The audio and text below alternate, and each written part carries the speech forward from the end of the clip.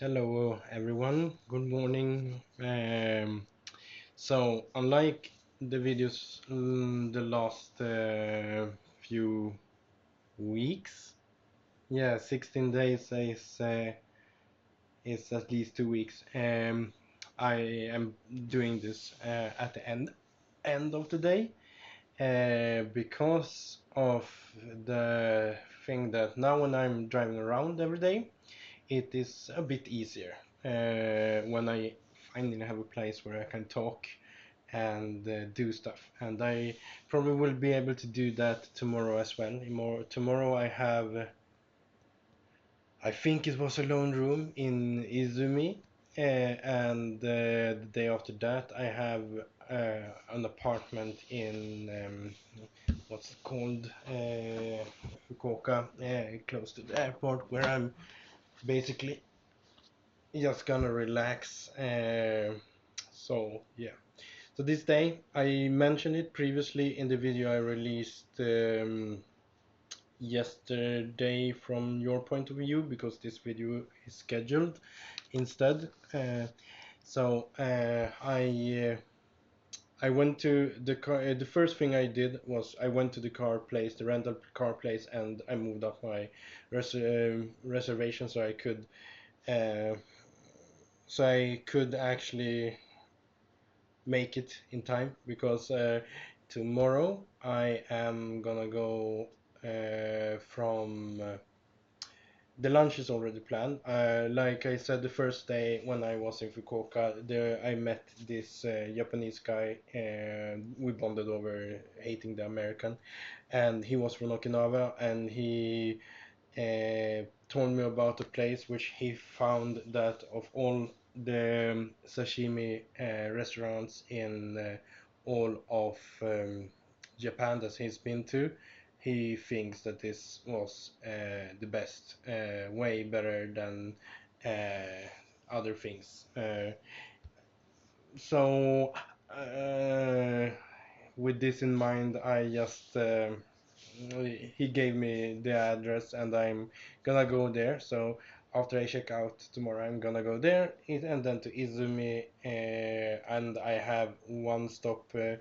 I will visit the place that Teresa asked me about that I already had on my list, and um I am apprehensive about it because it's not an unpopular attraction anymore, or rather, it's gotten more attention from Westerners. But today I was at one such place where Westerners could emerge and be visible, or whatever to say, and I only met four of them, they passed me. I ignored them, and they didn't seem to be annoying. So they seem to be the kind of people like me and my friends, prefer people that are not just going to a country just to check a box. They did it for their own interest. And I hope that hopefully the people, yeah, at this place I'm going tomorrow are the same kind of people that goes there for their own interest, not just, oh, this is popular, everyone needs to do it. Otherwise, so far I've been able to avoid the super touristy spots, and like the sidewalk in front of the Ichiran building is ridiculous, especially at night, because at night they have this show in the windows. They have people dancing, dressed as ninjas and what have you, different kind of Japanese icons, and dancing in the windows, and people are standing there waiting for their 5 minutes thing, and it annoys me. And also I like to, if I do touristy things, I like to do it without being in a crowd. And so far, it's worked out good. To be able to do all the prefectures of Kyushu, I moved up the car, and after that, I drove. Um, and my first destination was where I filmed this movie, an outdoors museum about um, how Japanese people lived on Kyushu during the Yayoi period, the early periods about 2000 years, 2500 years or something like that. It's the very far ago. So it's about the prehistoric, or prehistoric maybe is the wrong word, but Japanese roots, one of the most interesting historical periods if you look beyond the samurai eras and stuff like that, before they were one people, so to speak. So they have recreated and also preserved and found some buildings. They had found some mass graves from that period where they stored people in great urns and stuff. And so I went there. It was a lot of walking, and it was very interesting. Um, Before I could get in, though, I realized even before that, if I going back, right as I came up the mountain, and because I chose to take toll-free paths because they are more interesting, as I said, when I came up to in the mountains and were just going down a small, very windy road that was totally ridiculous. My car said, "Ah, we are soon out of gas because you drove so fucking much yesterday." And I was like, "Yeah, let's just hope we'll get down of this mountain in time." I haven't seen the gas meter due to usually putting my phone, the GPS on my phone, where that information is. So, and now it told me so. So that's why I missed it. So, but going downhill, I mean, you mostly use the brakes, especially with these kinds of super narrow, super ridiculous roads with a so steep incline. It feels like the car is gonna tilt over, which is both exciting because it's kind of like a roller coaster, but with, at least for me, a small scare factor because a car is a bit harder. Yeah, well, I mean, you control a car, and these very small roads are that feels too narrow for to even have um, to even drive with a car.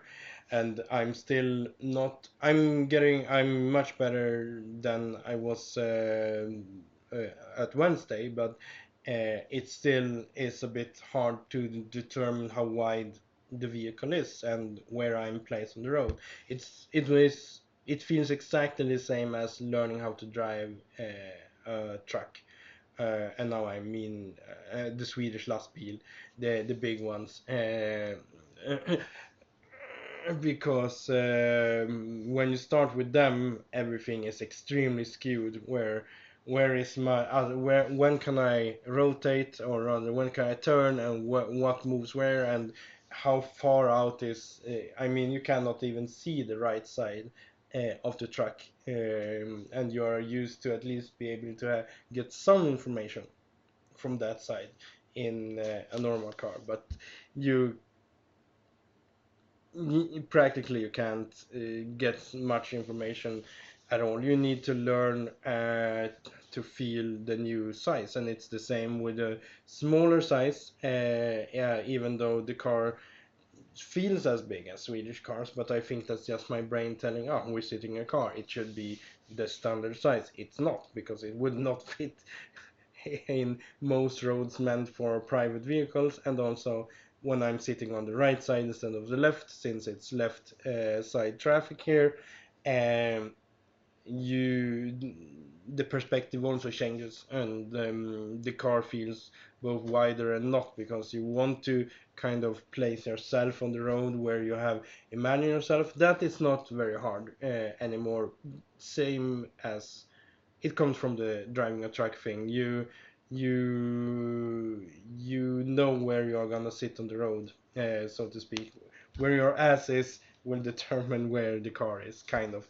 Uh, and still, so first I had to. The first thing that happened when I come down the mountain was I needed to go to a gas station, and so I went to a gas station. I filled it up. I got a lot of free stuff. I don't understand why, but I think it's a marketing scheme or something like that. Because as soon as I stopped, there was a person standing at that pump and saying, "Oh, you get this," and I got a lot of things. And I was like, "Sure, why?"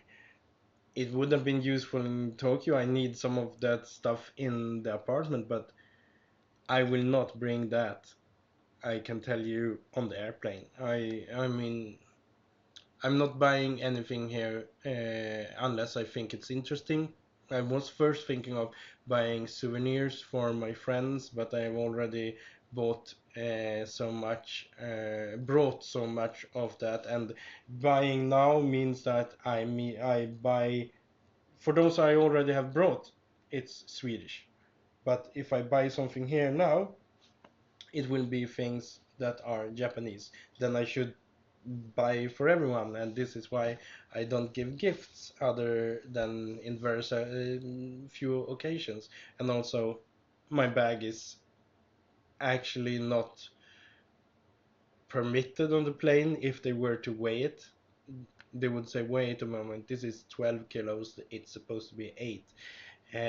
So I cannot fit anything more, and the only thing I would fit are things that I don't think people have any use for. So I think it's fine. But yeah, so I filled the the car, then I went to the place, then I tried to go in. They said dame because of reasons like I did not have cash because I realized then I had run out of cash that morning. I don't remember why. Yeah, for the parking, I used my last coins and the bills for the parking. And they did not take card, even though I have a card that works in Japanese machines. One like, no, no cards here, only genki, only cash. And I was like, okay, sure. So I had to go to a place to get that. Oh, so and then finally I got in and started walking, and the area was very interesting. So like I said, I spent a lot of time and a lot of steps there, and looked at a lot of things, and I liked a lot of the smells. The the smells were very interesting in the way that you enter the house, one of these old houses, and they outside was a placard saying, "Ah, this and this happened here, and they used it this and this," and how they looked and stuff. I really liked that as well. But also every house you went into, not every maybe, but most of the houses you went into had a distinct smell, and I even was so lucky to see them preparing one house. They had put up like no one go in, and then they were burning small firewood, like sticks and branches, in a containment, and then they had a machine that probably just pushed in all the smoke inside the building, and then they had kind of barred up the entire building's natural ventilation, and had just one thing, one pipe where the smoke could get out, and you could smell from that smoke that all the houses you went into that were supposed to be personal living quarters smelled the same. I mean, it smelled a lot like firewood inside. So and I like that. And then there was like the military one smelled different, and the one where they stored their equipment and the rice storage thingies that were raised up, and yeah, all of them was kind of different and fun in many aspects. They had recreated like an entire feudal lords area kind of. So it was kind of the castle and the palace, not a castle, but where the regent of that region were, and then some village, both farmers out on the field with no protection, and those inside of these palisades, primitive palisades, kind of those kinds of things. So it was very nice, and they had three different areas there as well. One that was this is how they lived, and another one was this is how the fields and the agriculture looked, and where they have recreated it. I first thought it would be fake, but it seems like they actually do this and try to keep it factual, which was interesting. And then they had the ancient forest one, which is basically the least interesting of the ones. And when I was walking around there, it got very hot. When I arrived, it was around 22, 23 degrees. But after a while, it was super, super hot. And when I left, I saw that it was 30 degrees out, and I was very surprised by that because it was so strange. I mean, the day when I arrived, it was barely 20 degrees, and now it's 30 degrees, and it's very, very sweaty. So anyhow, when I was going around, I went into one of these houses where they had a vending machine, a resting area, and there two older ladies were sitting, also drinking and also complaining about the heat and the weather. And then we got speaking, and it was so far, I think, the longest and most intricate conversation with least amount of mishaps, maybe. I don't really know. It was the best performance I've done in a conversation that was that long. I think it's basically because of um, a lot of the questions they were asking were things I am more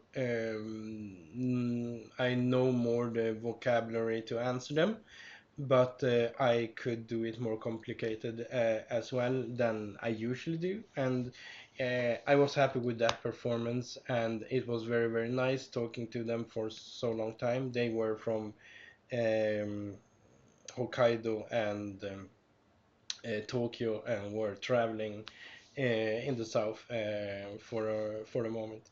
And then after that I went into another house, a house where they had where I actually made a movie about how interesting I thought there was with the smells, because I came into a house where they were supposedly keeping their silkworms, and it smelled earthy and dusty and almost like a greenhouse or something like that.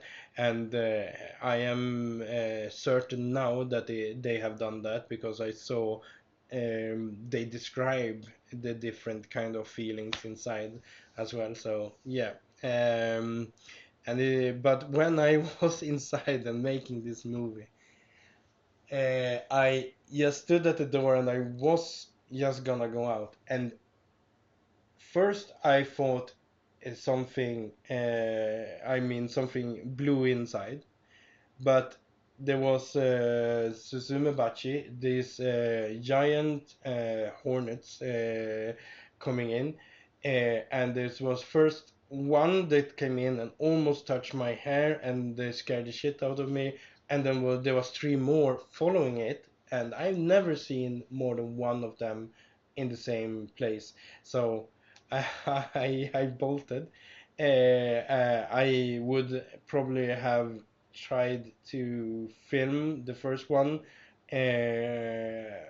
if I would have seen it from another direction. I mean, it flew almost into my hair, and then I just wanted to get out of the way, so going out was probably the easiest.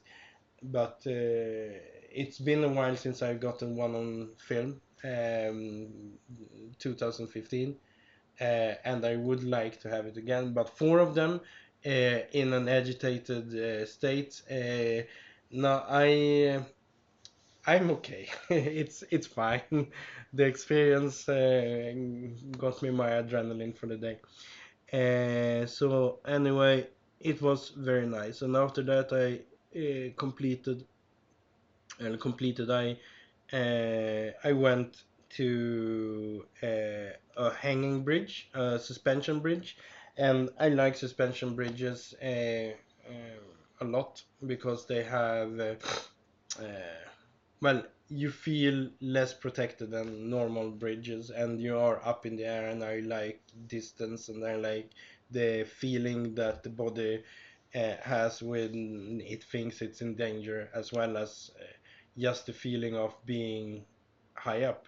So this suspension bridge, I don't remember which record it was, and if it was for the entire world or just Asia or something, but it is at least one of the highest and longest suspension bridges. It's 173 meters, where it's as high as it gets, and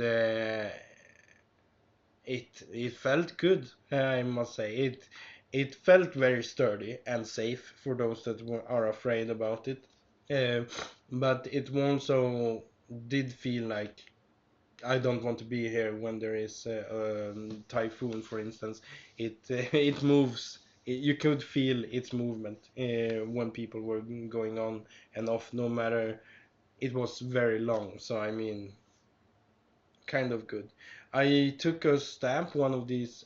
Japan has a lot of collectible stamps for different location. I took one at one place, but due to um, the crowds getting in of Japanese people, because I was close to Beppu and a lot of onsens in the area, the road up and around everywhere there was onsens. I didn't want to stay any longer with crowds starting to form. Uh, Asian, but yeah, two stamps, one from each side. I took one. I have not gotten the other. I will maybe get it in a future life or future trip, or um, uh, maybe if I have enough time on Sunday, I will do it, but most likely not. It's okay in my case. I haven't hunted these stamps. I have been thinking of it, but it's also something that I would prefer to do as part of a more organized movement. Though I do not like really the shrine stamps because they cost money, and it costs a lot of money, and it has semi to do with religion, and that makes me like a bit adverse to the entire possibility. So anyhow, I visited that place, and then I went here to Beppe and to the Ryokan. I have booked a more luxurious visit. Probably the most I've spent on one single night at a hotel. I think the only thing that comes close is 2013. Me and my friend Patrick rented a house in Shinjuku, a complete house in Shinjuku for uh, 3 nights, 2 or 3 nights, and that was expensive, I remember. But this is also almost, I think it's almost that price, but for one night only. And it's been worth it in most regards, I would say. The room is amazing. It's huge, and the dinner was super awesome. So the dinner course, you get. I thought it was to be served here, but that was another place I looked at. So they have a separate building where they have separate dining rooms and you get one person that serves you all meals, and there was a possibility of having another person there to play the shamisen and stuff, but I had said I maybe wanted to do it, but it costs 40,000 yen for that entertainment, and uh, I did not feel like it was needed. I was okay with just being served in the way it was, and it was very good. The food was amazing, and the way this girl in her mid 20s uh, tried to do it, and I think she succeeded, but she wanted to express it more, I think. She said when we went there, because they first come to my house, I have a separate house here. There are two possible annexes here, so you can have separate houses. Otherwise, you will share smaller rooms in one of the communal buildings or something like that. But anyhow, the girl wanted to present the meal in a way which she did it in Japanese and then tried to do it with a more back and forth, because I asked questions and she loved that I asked questions, even if I didn't understand all the answers. I tried it in Japanese and she liked it, and I liked practicing understanding everything, and it was very, very good. The only thing I was annoyed at was this fucking crab. It was king's crab, and yeah, you were supposed to eat it. I have not eaten crab since ever, maybe. Yeah, precisely. I tried this. Yeah, but that's kuni as well, right? Kräftskiva. No, yeah, not kräfta. Whatever.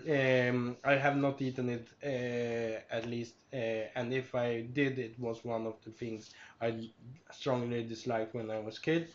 But this is the first time since then, and I've been meaning to try it, and it is decent. It works. It's not something I would think is amazing, but what was annoying with it, and what has looked fun when people do this in Sweden, is that eating the meat from its skeleton, basically from its the fish meat, or the shellfish meat, or whatever it's called, is crustacean, maybe, is stuck to its shell, its body, so you have to get it out, and with hashi chopsticks, it's not really possible.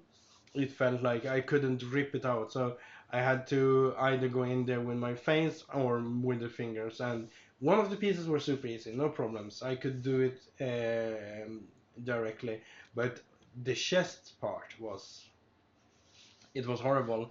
But I disliked that hassle, and I can see that if you have an entire meal with just breaking apart things and do it like that, it's kind of like eating spare ribs and chicken wings. I hate both of them for the same reason as this. It's hard and too much effort, and it's not fun. If you like the activity, then it's worth it, but it's too little meat for it. And that was the only thing I was a bit um, not positive about. Don't want to say negative, because I wasn't negative. I thought it was interesting to experience it, but it was at least my least liked experience. And yeah, but it was a good menu, though I am still hungry afterwards. But I also think that's because I only eaten uh, I've eaten that, and I did I did get some